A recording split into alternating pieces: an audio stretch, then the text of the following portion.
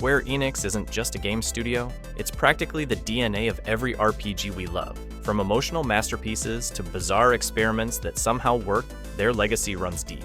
So today, we're diving into 12 titles that proved why nobody crafts an RPG quite like Square Enix. It's been 25 years since the Tantalus thieves crashed their airship into Alexandria. Vivi, the shy little black mage, just wanted to watch a play that night. Princess Garnet, meanwhile, had plans of her own to escape her royal cage. Final Fantasy IX was the last main entry released on the PlayStation 1, the console that turned the series into a worldwide phenomenon. From a project that almost got canceled to one of the most beloved Final Fantasies ever made, this game became a farewell letter to everything the franchise once was. Development for Final Fantasy IX started around the same time as 8, with much of the same team behind 6 and 7. But while those leaned into sci-fi, this one proudly returned to pure fantasy: knights, kingdoms, magic forests, and airships. The result feels like a love letter to the old school days, filled with charm and personality. Every character carries emotional weight.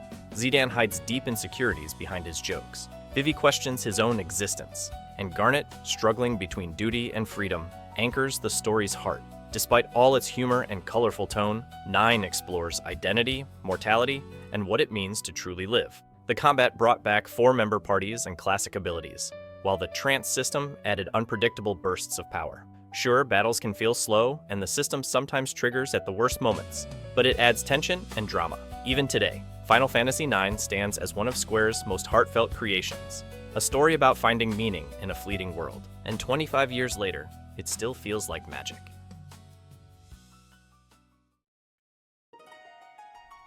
When Vagrant Story launched on the original PlayStation, players instantly knew it wasn't your typical Square RPG.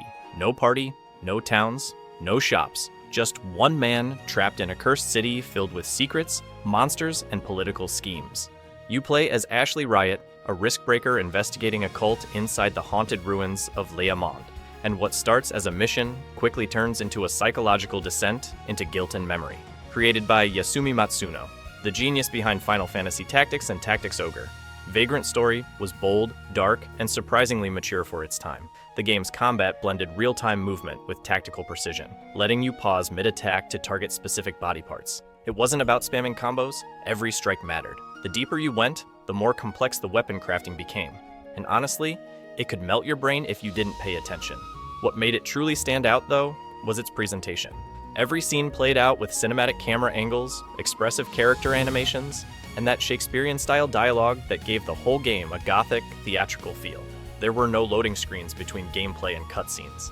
Everything flowed seamlessly, which was mind-blowing back in 2000. Sure, Vagrant Story could be brutal. It didn't explain much, and a single bad weapon choice could ruin your run. But that's also what made it special. It trusted the player to learn, fail, and adapt. And while it never got a sequel or remake, Vagrant Story remains one of the most daring, atmospheric RPGs Square ever made. A true cult masterpiece that still feels ahead of its time. Triangle strategy looks like a cute throwback at first. Pixel art, turn-based combat, little sprites on tiny battlefields. But don't be fooled. Behind that retro look hides one of the most politically charged and morally complex RPGs Square Enix has released in years. Set in the continent of Norzelia, 3 nations are locked in a fragile peace built on salt and iron, literally. When war breaks out again, you're forced to make impossible choices that shape not just the story, but your allies, enemies, and even your ending. You play as Serenoa, a young lord caught between loyalty, love, and survival. What makes Triangle strategy so brilliant is how it never paints decisions as right or wrong. Every path comes with sacrifice. Lose an ally, betray a friend, or doom an entire town for the greater good. The game doesn't judge you, it just makes you live with the consequences. Combat is pure strategy heaven. Terrain height matters, flanking attacks deal extra damage, and positioning your units becomes a tense chess match. The maps look simple, but one mistake can cost you half your team.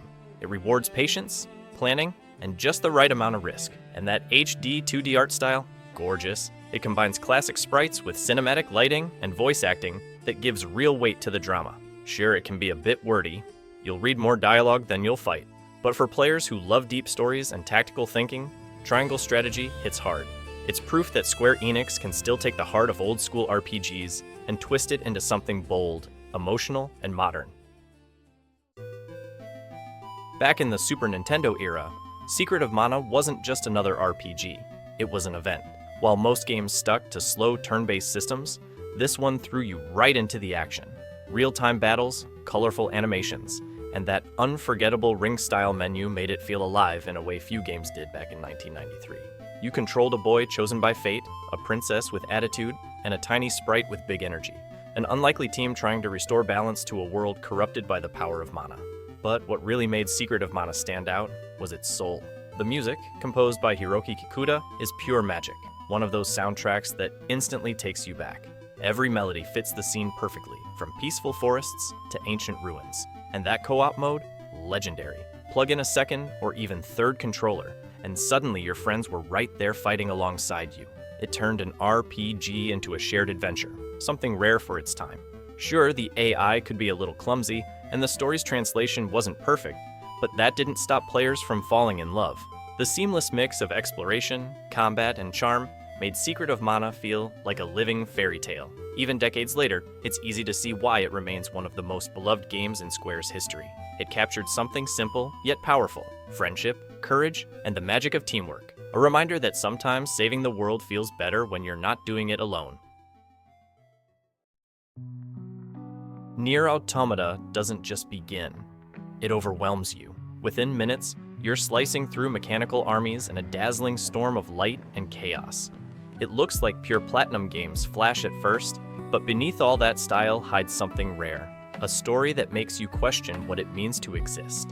You play as 2B, an android soldier fighting an endless war on a ruined Earth long after humanity has vanished. Every mission feels important at first, but the deeper you go, the more pointless it all starts to seem. And that's exactly the point. We know Nier Automata wasn't fully developed by Square Enix from the start. Platinum Games handled the action, and Yoko Taro brought the madness. But Square Enix published, financed, and gave this weird masterpiece the chance to exist. So, fair enough, it earns its place on this list. Combat is poetry in motion. Dodging, slashing, and switching weapons mid-air feels seamless. Almost musical when paired with Keiichi Okabe's breathtaking soundtrack. It's fast and thrilling, yet haunting at the same time. But Nier Automata isn't just about gameplay, it's about discovery. Each playthrough changes perspective, shifting the meaning of everything you thought you knew. And then comes the moment that defines it all, when the game asks if you're willing to sacrifice your own save file to help another player. It's not just a clever trick, it's pure emotion. Nier Automata isn't about power or victory. It's about empathy, memory, and meaning. A machine story that somehow feels more human than most of us ever admit. When The World Ends With You dropped on the Nintendo DS, nobody expected a game like this from Square Enix. No knights, no crystals, no airships, just Shibuya, headphones, and attitude. You play as Neku, a teenager trapped in the Reaper's game, forced to fight for his life in a stylish, fast-paced version of Tokyo's streets. Every battle, every message, every beat of the soundtrack screams personality. The combat system was pure chaos in the best way possible. You controlled two characters at once, one on the top screen, one on the bottom, using touch and directional controls together. It sounded impossible, and honestly, it kind of was. But that's what made it amazing. The game demanded rhythm, focus, and a weird kind of harmony between both sides of your brain. It wasn't just about reflexes, it was about syncing up, like you were dancing through danger. The art and music were just as bold. Sharp graffiti visuals, hip-hop beats, and fashion mechanics that actually affected your stats. Yeah, your outfit could literally make you stronger. It was unapologetically modern, confident, and emotional all at once. And through all the noise, the story hit hard. About connection, trust, and learning to open up to others. Sure, it could be overwhelming at first. The combat system takes time, and the slang-heavy dialogue isn't for everyone. But once it clicks, it's unforgettable. The World Ends With You proved that Square Enix could leave swords and magic behind and still deliver something truly legendary. A punk RPG with a heart, rhythm, and soul.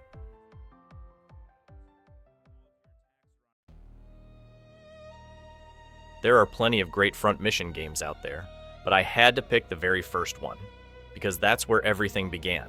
Released for the Super Famicom back in 1995, it was a bold step for Square. No magic crystals, no chosen heroes, just war, machines, and consequences. You command massive battle mechs called Wanzers, customizing every part, arms, legs, weapons, armor, to create your own personal war machines. You play as Royd Clive, a soldier whose mission goes terribly wrong. dragging him into a cycle of revenge, loyalty, and moral gray areas. The tone is serious, almost cinematic, and the writing feels mature even decades later. It's not about saving the world. It's about surviving it. Combat is pure tactical strategy. Each decision matters. Where you move, what you equip, which part of an enemy you target. Battles unfold slowly but deliberately, giving you time to plan, adapt, and learn from every mistake. When you finally win, it feels earned. And yes, while many entries followed, I chose this one because it's where the blueprint was drawn. The foundation that made Front Mission a cult classic among tactical RPG fans. The recent Front Mission remake finally gave this masterpiece the treatment it deserved. New visuals, cleaner UI, and smoother pacing without losing the original's depth. It's the best way to experience one of Square's smartest and most underrated creations, a war story told through gears, grit, and human emotion. Parasite Eve was one of those games that came out of nowhere and instantly felt different. In a decade full of knights and wizards, Square suddenly dropped a horror RPG set in modern-day New York City, and somehow it worked perfectly. You play as Aya Brea, a rookie cop who finds herself caught in a nightmare of spontaneous human combustion, genetic mutation, and a mysterious entity trying to rewrite evolution itself. It's science, it's horror, and it's pure late 90s brilliance. The game blended turn-based commands with real-time movement, so you could dodge attacks while planning your next move. Every fight felt tense, dangerous, and deliberate. Add to that a deep weapon customization system that let you mix and match gun parts, and suddenly you had an RPG that felt more like survival horror, just with stats and strategy behind every shot. What really set Parasite Eve apart was its tone.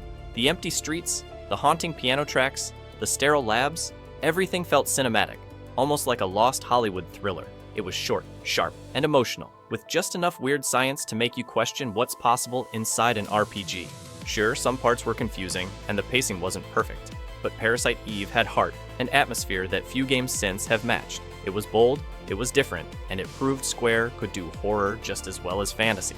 And honestly, I really hope one day we get a full remake of this franchise. Parasite Eve deserves another shot to terrify a whole new generation.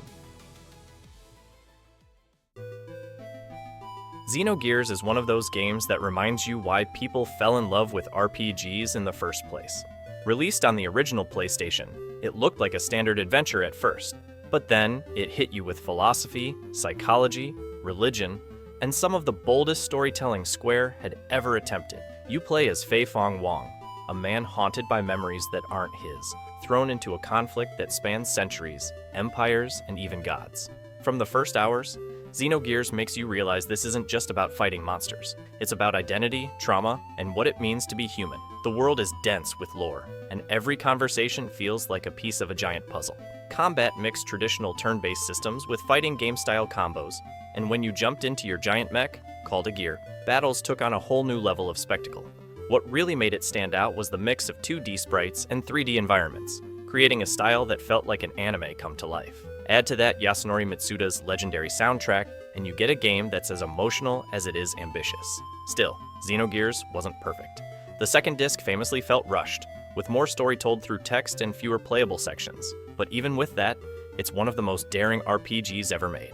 It's the kind of game that swings for the fences, misses a few, and still ends up hitting harder than most. Fans have been waiting decades for a true remake or sequel, and honestly, Xenogears deserves it more than almost any other.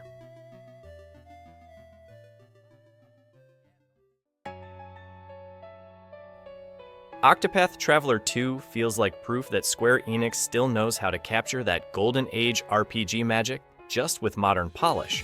The first game was already a love letter to the 16-bit era, but this sequel took everything that worked and refined it beautifully.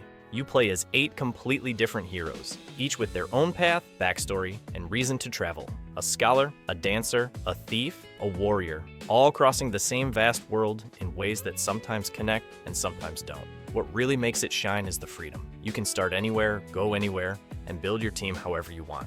Every story feels personal, and every decision changes how you explore. The combat system keeps that same turn-based style, but the boost and break mechanics make every fight dynamic, a mix of strategy, timing, and risk-taking that keeps you thinking 2 moves ahead. And we can't skip the visuals. That HD 2D art style, a perfect blend of pixel nostalgia and cinematic lighting, might just be one of the most beautiful aesthetics in modern gaming. Every town, cave, and sunset looks like a moving painting. Combine that with a stunning soundtrack, and it's pure RPG comfort food.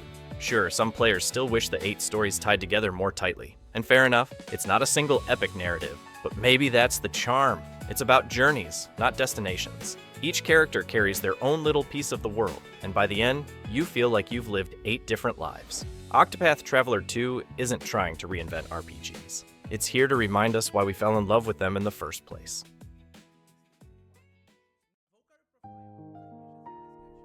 When Valkyrie Profile landed on the PlayStation 1, it felt like nothing else Square Enix had ever made. Instead of chasing the usual hero's journey, it threw players straight into Norse mythology and made them question the role of gods, souls, and destiny itself. You play as Lenneth, a Valkyrie tasked with collecting the spirits of fallen warriors to prepare for Ragnarok, the literal end of the world. It sounds epic, and it is, but what makes it powerful is how personal it feels. Every time you recruit a new warrior, you see the story of how they died, short, tragic, human moments that hit harder than most full-length plots. It's not about saving kingdoms, it's about giving meaning to loss. That emotional depth, combined with one of Motoi Sakuraba's most haunting soundtracks, gives Valkyrie Profile a soul few RPGs can match. Gameplay-wise, it's a wild mix. Exploration is side-scrolling, dungeons are filled with puzzles, and combat turns into this rhythmic, combo-driven spectacle.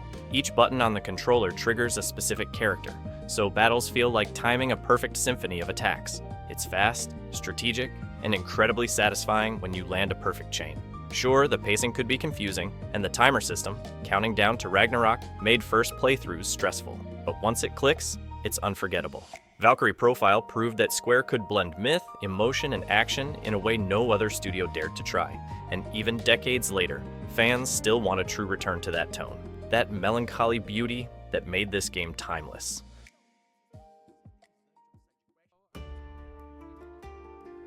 Trials of Mana is one of those games that took its time to shine. Originally released in Japan in 1995 as Seiken Densetsu 3 for the Super Famicom, it didn't officially reach the West until decades later. But when it finally did, players realized what they'd been missing. This wasn't just another fantasy RPG, it was one of Square's most colorful and ambitious projects of the 16-bit era. What made Trials of Mana special was its freedom. You start by choosing 3 heroes out of 6, and your picks completely shape the story, dialogue, and even the final boss. Every character has their own past, goals, and personal struggles, and when their stories collide, it feels natural, like a living, breathing world instead of a scripted journey. Combat happens in real time, with fast attacks, magic, and abilities that make every encounter feel dynamic and alive. It was years ahead of its time, blending the energy of an action game with the depth of an RPG. Add to that a beautiful soundtrack and bright, expressive pixel art, and you've got a game that radiates charm from start to finish. And we can't ignore the modern remake. It rebuilt everything in full 3D,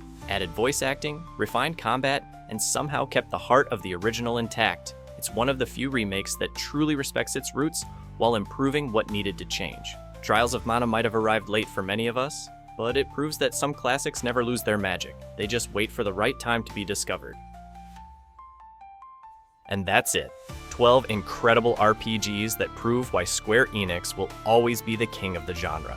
Each one left its mark in a different way, from emotional storytelling to bold gameplay ideas. But hey, maybe I missed your favorite. Tell me down in the comments, and don't forget to subscribe and leave a like. It really helps a lot.